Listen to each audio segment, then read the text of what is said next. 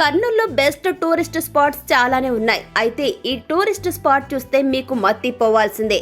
రాయలసీమ రత్నాల సీమ అయినటువంటి ఈ రాయలసీమ అనగానే చాలా మందికి ఫ్యాక్షన్ గొడవలు, రాజకీయాలు, ఘాటెక్కించే మసాలా వంటకాలు ఇవే గుర్తుకు వస్తాయి. కానీ రాయలసీమలో ఉండే పర్యాటక ప్రదేశాలు చూస్తే మాత్రం కళ్ళు బైర్లు కమ్మాల్సిందే. అంతే మరి. ముఖ్యంగా ఉమ్మడి కర్నూలు జిల్లాలో ఉండే పర్యాటక ప్రదేశాలకు ఒక స్పెషల్ ఉంది.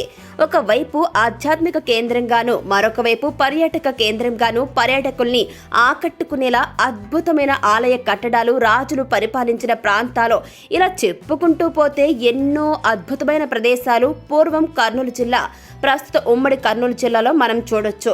భారతదేశంలోని అత్యంత పురాతనమైన ఆలయాలు, ఎత్తైన కట్టడాలు, ఫర్ ఎగ్జాంపుల్ చెప్పాలంటే కర్నూలు కొండారెడ్డి బురుజు, కర్నూలు గోల్ గుమ్మాస్, అదేవిధంగా అహోబిలం, మహానంది, యాగంటి, శ్రీశైలం. అంతేకాదు ప్రపంచంలోనే అత్యంత పొడవైన భూ అంతర్భాగంలో ఉండే సొరంగ మార్గాల్లో ఉండే గుహలు కూడా ఉమ్మడి కర్నూలు జిల్లాకే సొంతం. ప్రపంచంలోనే అత్యంత పొడవైన భూ అంతర్భాగంలో ఉండే సొరంగ మార్గంలో ఉండే వాటిల్లో ఒకటి మేఘాలయ గుహలు, ఆ తరువాత బొర్రా గుహలు. ఇక మూడవది వచ్చేసి ఉమ్మడి కర్నూలు జిల్లా బనగనపల్లి నియోజకవర్గంలోని కొలిమిగుండ్ల సమీపంలో ఉండే బెలూం గుహలు. ఇదే విధంగా వైజాగ్ లో ఉండే బొర్రా గుహల కంటే ఇవి చాలా పెద్దవని కూడా అంటుంటారు. ప్రెసెంట్ ఉమ్మడి కర్నూలు జిల్లాలో ఉండే ఇలాంటి పురాతనమైన వాటిలో మరొకటి వచ్చి చేరింది. అవే వాల్మీకి గుహలు.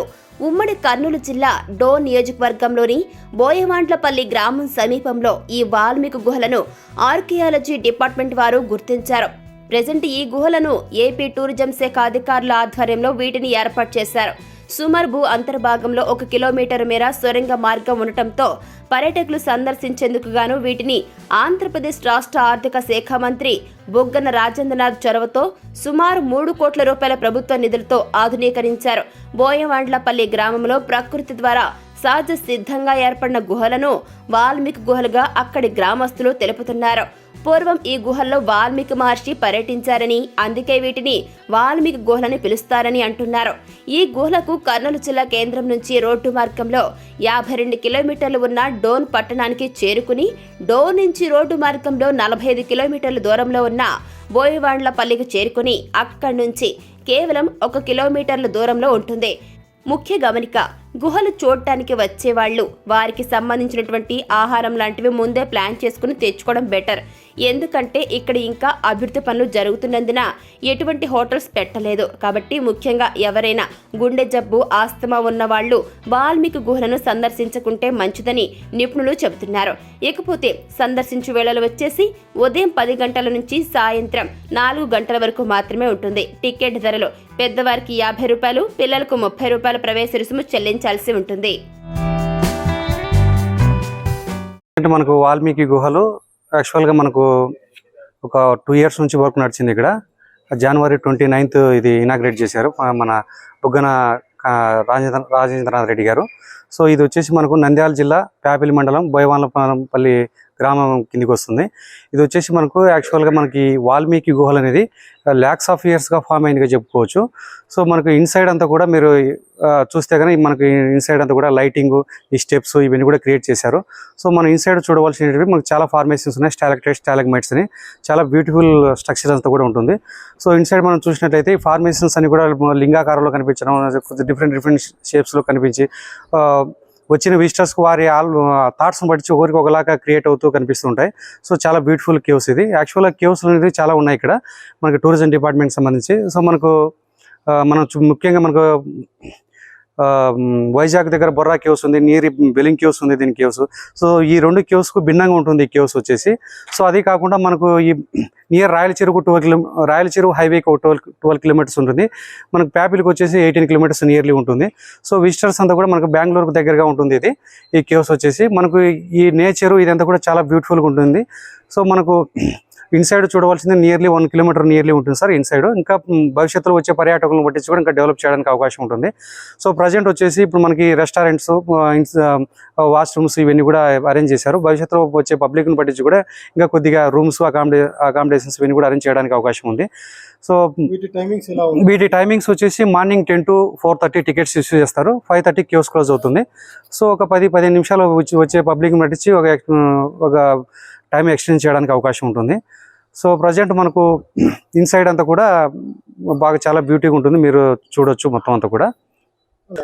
యాక్చువల్గా హెల్త్ ఇష్యూస్ ఉన్న వాళ్ళు కొద్దిగా ఇబ్బంది స్టెప్స్ ఎక్కడం దిగటం. అంటే హెల్త్ ఇష్యూస్ అంటే మరి ఈ ఆస్మా, గుండె జబ్బులకు సంబంధించి ఇటువంటి ఏదైనా ఉంటే కానీ కొద్దిగా వెళ్ళకపోవడం బెటర్. కొద్ది వరకు వెళ్ళి రావచ్చు, వాళ్ళు కూడా ఈ నేచర్ను ఆస్వాదించవచ్చు ఇన్సైడ్ ఉన్న వాటిని అంతా కూడా. సో ప్రజెంట్ వచ్చేసి మనకు ఇప్పుడు అందరు కూడా ఎలిజిబుల్ పంపిస్తున్నాం. సో వచ్చిన మా స్టాఫ్ కూడా సిపిఆర్ ఇవన్నీ కూడా మనకు ట్రైనింగ్ ఇచ్చాం మాకు.